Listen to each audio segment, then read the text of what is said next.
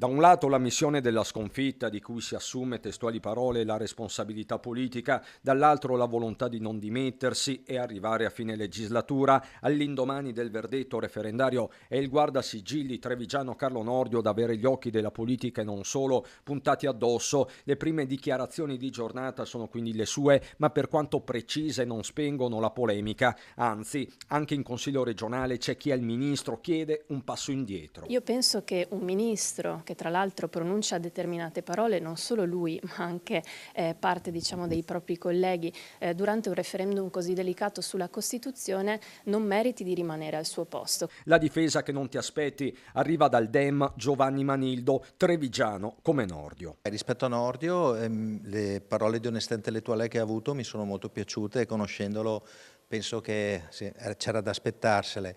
Penso che nell'ultimo periodo non sia stato più lui il frontman di questa campagna referendaria, ma sia stata proprio la Meloni stessa. C'è poi il fronte interno con gli equilibri tra Meloniani e Lega, con le regioni a guida Carroccio, Veneto, Friuli, Venezia Giulia, Lombardia, dove a prevalere è stato il sì, record a Verona, terra del leghista Matteo Pressi. Io non credo che ci siano sul tavolo le dimissioni del ministro Nordio. Lui si è correttamente preso la responsabilità politica della proposta che è stata fatta attraverso la riforma, ha correttamente riconosciuto che il risultato non è quello sperato, cioè dell'approvazione della riforma.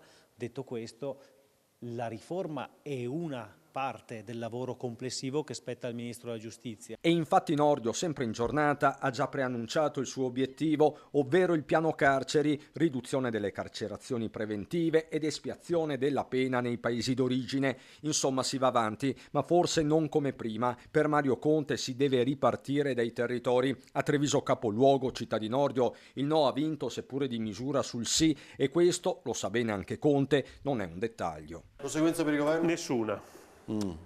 Certamente però forse un eccesso di sicurezza nell'approccio a questa esperienza amministrativa non ha beneficiato, quindi dobbiamo tutti quanti tornare con i piedi per terra, evitare situazioni imbarazzanti che hanno caratterizzato soprattutto questo ultimo periodo, tornare ad ascoltare quelle che sono le istanze dei territori. Credo che il governo non debba muoversi perché l'ha detto e lo deve confermare, perché per serietà si va alle elezioni e poi ritorniamo al giudizio dell'elettorato, però stavolta in maniera composita, non su un unico argomento. L'insegnamento che il popolo ha dato più volte al Parlamento di non procedere a colpi di maggioranza sulle riforme costituzionali come fece Renzi e come oggi ha fatto l'attuale governo non è stato accolto, e credo che sia una lezione sul tema di come la politica debba assumersi le proprie responsabilità,